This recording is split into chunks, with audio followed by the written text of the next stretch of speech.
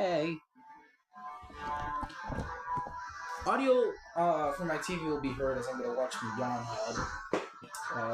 Shout out to Yawn Hub, by the way. Also, thank y'all for 107 or 108 subscribers. Actually, with my phone, I can check right now. This is an incredible feat. 110 subscribers. Thank you. New goal. Hold up. Let's see here. 55,000 views. Oh my god, you make me blush. New goal, 250 subscribers.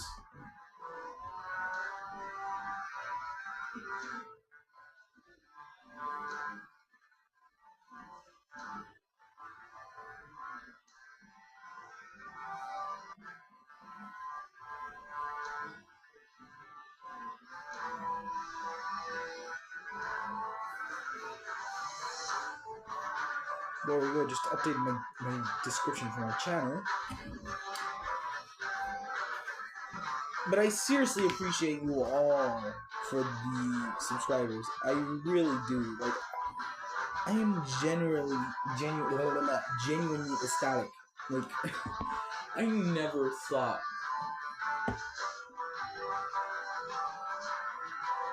Like, never have I ever thought would I ever reach this moment ever.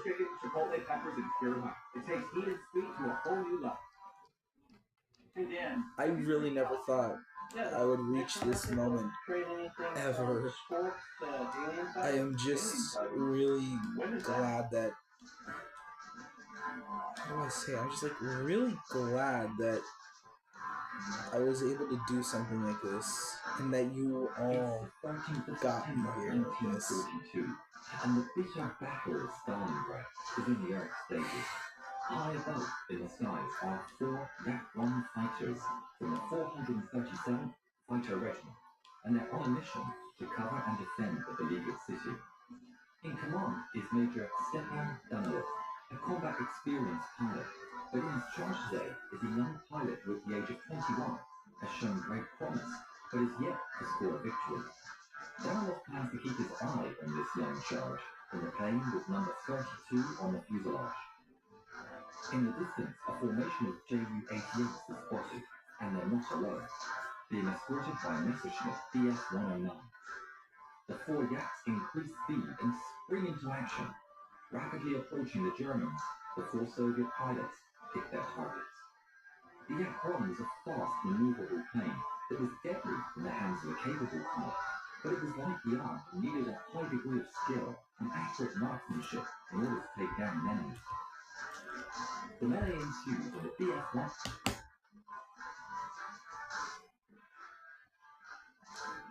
This is gonna be easy.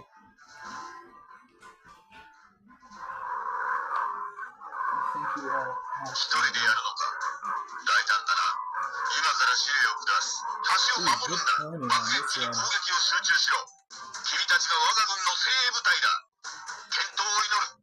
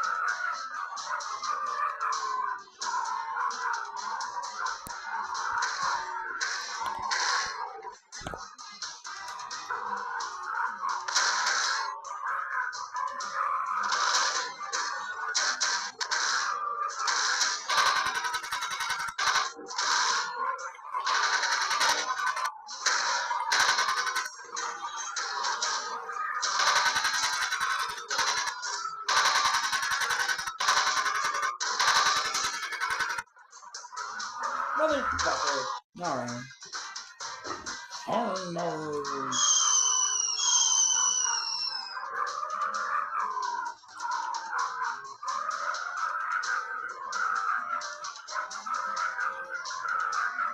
These flak should put in a bit more work.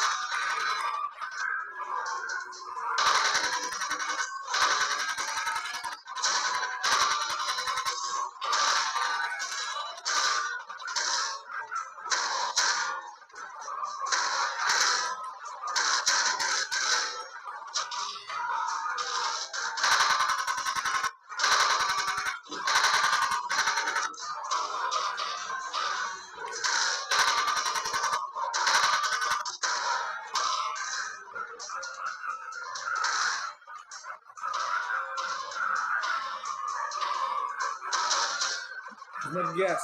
Let's make a guess. Which side do you think is P51 and which side do you think is F6F? I'm going for P51 on the left side.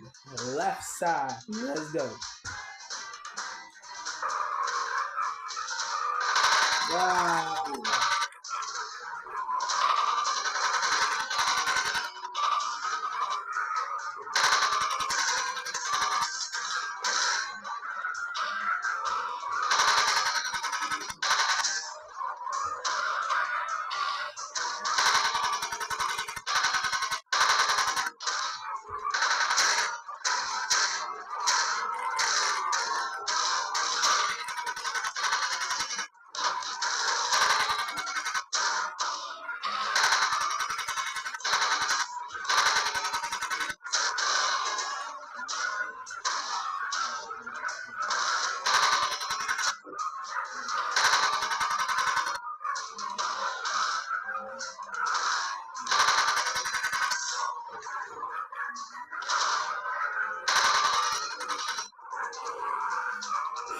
Maybe a bit too close for comfort right there.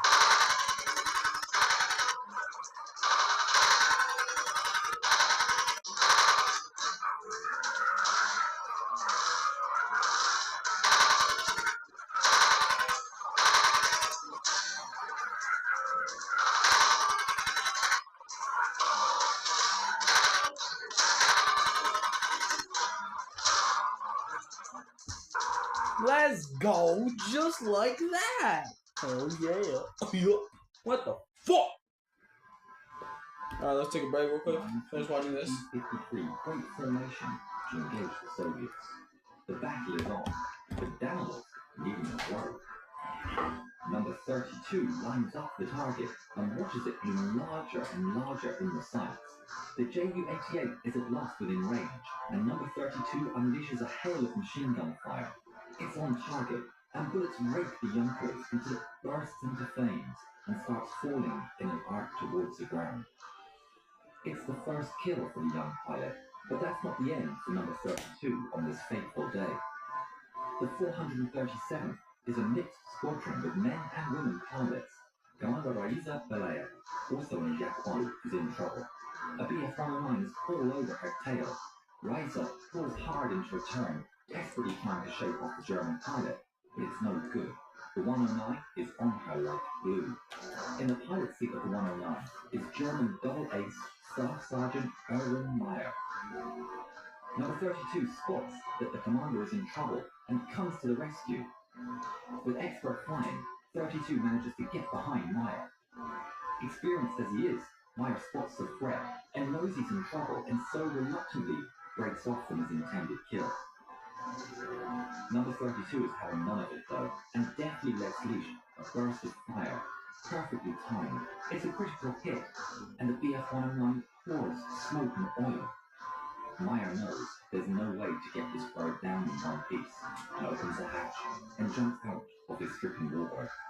The parachute opens, and he sees his nemesis, the Yak 1 with 32, painted on the side, zoom past him as he drifts slowly into enemy territory. The Red Army conduct a search and capture the German. Marching him back to base, Meyer inquired if he could meet the pilot that bested him in the air, number 32. The Soviets agreed. After landing, the pilot of number 32 was summoned for a meeting with their vanquished foe. However, when the pilot entered the room, Meyer was dumbstruck. He was told that this is the pilot who had shot him down, who also happened to be a young, attractive woman, Lydia Lipia. Meyer cursed the Soviets for humiliating him with this joke in poor taste, but Lydia stepped forward and in a clear voice and with obvious disdain for the invader, she explained step by step how she bested the German double ace with 11 victories to his name. Meyer, realizing he was face to face with the pilot that had vanquished him, apologized, took off his gold watch and offered it to me. Gold watch? With her piercing blue eyes, she responded, turned on her heels, and left the German to contemplate his fate. She made history on that day by becoming the first woman pilot to shoot down an enemy aircraft. But this was just the start. The next day she engaged in an aerial battle against another BF-109, this time piloted by Lieutenant Hans Fuss. Fuss had 71 victories to his name. Lipjak managed to put a hole in his fuel tank. 2 holes. Engaged from there and sped for home. Ran out of fuel on his return. The 109 went down, somersaulting on the ground before reaching base. Attention! Bubble arrived Cheese with bread or Fixit for something? $19.99 is the perfect deal for 2. Okay, that's all. You Any day, any flow. what? TikTok says it better. Don't give a fuck. Suck my dick. That's what I answer to you. Not a girl. I don't need a fucking tampon. Ooh, Gaijin. Oh, wait, no. Can't, because worth on the mobile lags like a motherfucking bitch. I don't know why I choose.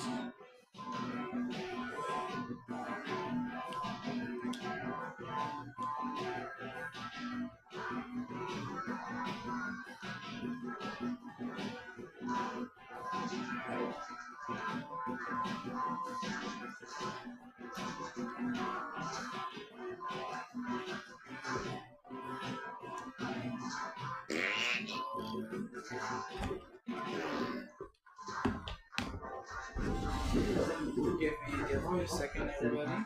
She was very aggressive, a born fighter pilot. With her striking looks and fame in defending Stalingrad, she was given the name the White Lily of Stalingrad by her comrades. On February 1943, she was promoted to a junior lieutenant and chosen to join a group of elite pilots that were permitted to search for targets under their own initiative. These 3 hunters were made up of only the most experienced pilots. In recognition of this status, she had a white lily painted on the side of her plane. In March 1943, Lydia was flying as one of 6 Yak fighters. Spotting 12 Ju-88s, the Yaks engaged the group. Lydia, ignoring the escorting 109s, lined up a Ju-88 in her sights and took the plane down. But before she could get clear, the 109 had her in its sights. Breaking the cockpit of Lydia's Yak-1, the White Lily was hit. Shrugging off the pain as best she could, she managed not only to keep control of her plane, but engaged and shot down another BF-109, piloted by Lieutenant Franz Müller. Despite being in severe pain and losing blood, she managed to return to the airfield, but injury wouldn't stop Lydia, and she was back in the pilot's seat by May. Being in war and in a frontline position, her environment was very male-dominated, but Lydia continued to embrace her femininity and her rebellious nature. She was good friends with her mechanic, Senior Sergeant Ina Pasportnikova. Lydia would ask Ina to fetch bleach from the hospital so she could dye her hair blonde. She would pick flowers and leave them in the cockpit of her plane for luck, much to the annoyance of the Soviet pilots that would share a plane. She was fun-loving, and when returning from a successful mission, she would buzz the aerodrome and then show off doing aerobatics, knowing that it made her commander furious. On August 1st, 1943, just a few days before her 22nd birthday, Lydia took off from her base at Krasny Luch. While on a mission with pilot Ivan Borisenko, she engaged a group of German bombers. She didn't see two Bf-109s that were protecting the bombers. One of them, piloted by Knight's Cross holder Hans-Jörg Merkel, intercepted the White Lily of Stalingrad, and she was struck. The planes disappeared behind a cloud out of Borisenko's view. According to German reports, the injured Soviet plane turned and rammed into the Bf-109, killing its pilot. Borisenko descended and searched for Lydia, but found no trace of her. The Soviets rarely, if ever, awarded the hero of the Soviet Union to those that were captured by the enemy. As time passed and the crash site wasn't found, the doubt lingered that Lydia had been taken prisoner by the Germans. Her friend, Pasportnikova, took it upon herself to prove that Lydia had not been captured. It took her 36 years with metal detectors and help from Lydia's family. Eventually, in 1979, after finding more than 90 other crash sites, Pasportnikova was told that a woman pilot had been buried in Dmitrievka after receiving a head wound. The remains were exhumed, and a special commission concluded that this was the remains of the White Lily of Stalingrad. In 1990, 47 years after her plane had been down, Lydia Litka was awarded the Hero of the Soviet Union by President Gorbachev. But that's not the end of this story. Many historians today believe that Lydia survived. In the year 2000, Nina Raskopova, a veteran of the famous Night Witches bomber regiment, who knew Lydia, was watching a television broadcast from Switzerland. On that TV show, it featured a former Soviet woman fighter pilot who had been wounded twice, left the Soviet Union, and got married and had 3 children. Raskopova, in shock, looked at this old woman on the grainy TV image. Could it be Lydia? Unfortunately, we'll never know, as no further information was found on this mysterious Soviet veteran. Pasportnikova, when reminiscing of Lydia, said she never believed that she was invincible. She believed that some pilots had luck on their side and others didn't. She firmly believed that if you survived the first mission, the more you flew and the more experience you got, your chances of making it would increase. But you would have to have luck on your side. That's sweet.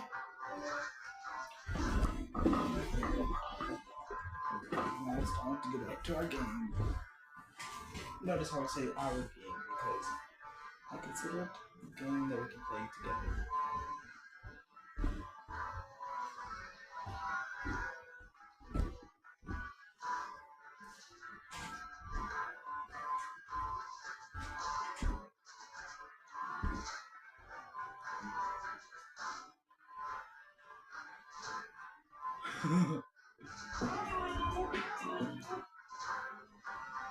Oops.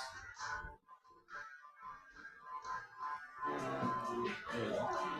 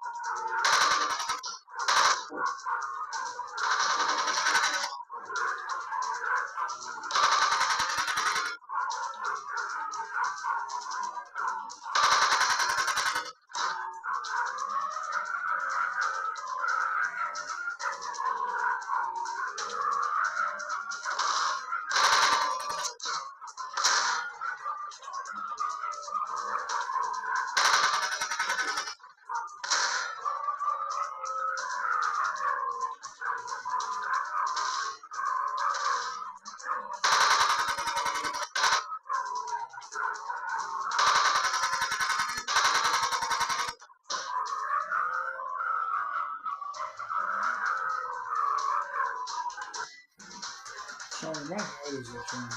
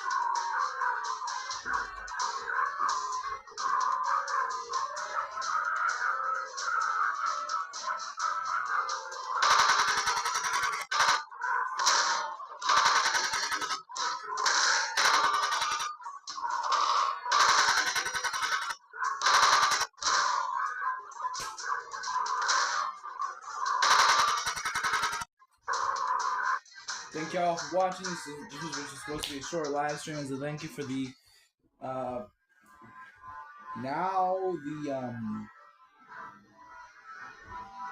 still 110 subscribers.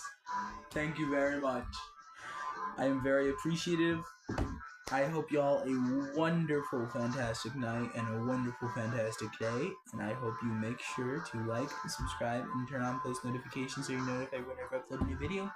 And put down in the comments any games that are on mobile that are free or like at least low costly that I can buy or maybe just play for free. They're on Roblox, Minecraft, types of games like these, War Thunder, whatever. Down in the comments. Put all that stuff down in the comments, whatever games you guys should try. I don't have a PC yet. My goal is to get a PC and play some games. So yeah. Thank you very much for watching, and I hope y'all enjoyed. Peace out.